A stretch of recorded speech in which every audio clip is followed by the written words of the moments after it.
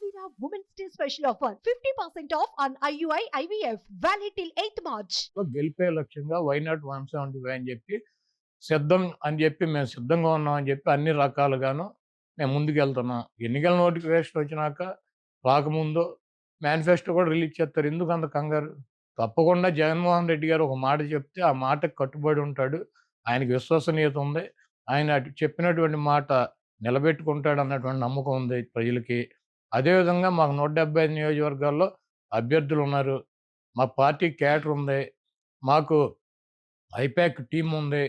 మాకు పబ్లిసిటీ చేసుకోవటాకో లేకపోతే గడప గడపకి జగన్మోహన్ రెడ్డి గారి మేనిఫెస్టోని జారీ చేయడానికి 24 గంటల సమయం మాకు చాలు. కాబట్టి మేనిఫెస్టో జగన్మోహన్ రెడ్డి గారు రిలీజ్ చేస్తారు. వెయిట్ చేయండి. చంద్రబాబు గారు సచివాలయాన్ని కూడా తాకట్టు పెట్టేశారని ఈ రాష్ట్రంలో 4 లక్షల కోట్ల రూపాయలు అప్పులు ఉన్నాయి. దాంట్లో 2,50,000 కోట్ల రూపాయలు చంద్రబాబు నాయుడు చేశాడు. 4 లక్షల రూపాయల్లో 2,50,000 కోట్ల రూపాయలు జగన్మోహన్ రెడ్డి గారు చేసినటువంటి అప్పులు. ప్రభుత్వ ఆస్తులు తాకట్టు పెట్టకుండా బ్యాంకులో లోన్ ఇస్తారా? ప్రభుత్వ ఆస్తి తాకట్టు పెట్టకుండా బ్యాంకులో లోన్ ఇస్తాడా? పలానా తాకట్టు పెట్టాలి, పలానా తాకట్టు పెట్టకూడదు, పలానాది మార్టిగేజ్ చేయాలి, పలానా షూరిటీ చేయాలని ఏమన్నా డాక్టర్ బిఆర్ అంబేద్కర్ గారు రాజ్యాంగంలో రాశారా? సెక్రటేరియట్ ఏంటి చంద్రబాబు గారిదా? ప్రభుత్వాన్ని. ప్రభుత్వం డబ్బులు కావాల్సి వచ్చినప్పుడు, ప్రజలకు అవసరమైనప్పుడు, బ్యాంకుల్లో డబ్బులు కావాల్సి వచ్చినప్పుడు మార్టిగేజ్ చేస్తారు, తాకట్టు పెడతారు, మళ్ళీ డబ్బులు కడతారు, రిలీజ్ చేసుకుంటారు. సెక్రటేరియట్ ఏమన్నా ఇది బాబు గారి సొత్తా? చంద్రబాబు గారి బాబు గారి సొత్తా? ఇది తాకట్టు పెట్టారు, అది తాకట్టు పెట్టారంటే వీడు పెట్టినయే పెట్టాలా?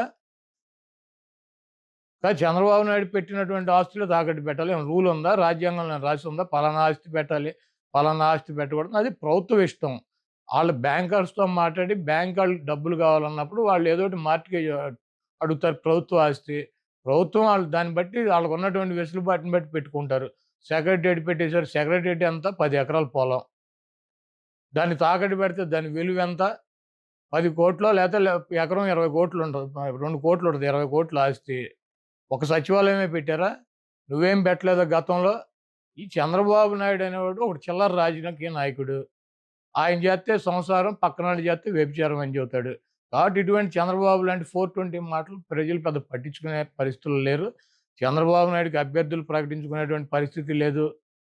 చంద్రబాబు నాయుడు అలయన్స్లో పక్కనాళ్ళని నమ్మించేటువంటి పరిస్థితి లేదు. ఆ ఓట్ బ్యాంకు ట్రాన్స్ఫర్ అయ్యేటువంటి పరిస్థితి లేదు. నేను ఒకటే అడుగుతున్నా, చంద్రబాబుని సమాధానం చెప్పమానండి. 30 మంది పైన తన సామాజిక వర్గం 3% ఉన్న వాళ్ళకి 30 మంది కమ్మ వాళ్ళకి సీట్లు ఇచ్చాడు చంద్రబాబు నాయుడు. పవన్ కళ్యాణ్ అడ్డం పెట్టుకుని కాపులు ఓట్లు గంపగుత్తగా వేయించుకోవాలని ప్రయత్నం చేస్తున్నాడు. 20% పైన ఉన్నటువంటి సామాజిక వర్గానికి ఆయన ఇచ్చిన సీట్లు అన్ని 24గా. ఆయన కులానికి ఇచ్చుకున్నటువంటి 30 సీట్లు ఆయన ఇచ్చేసుకున్నాడు ఆయన పార్టీలో.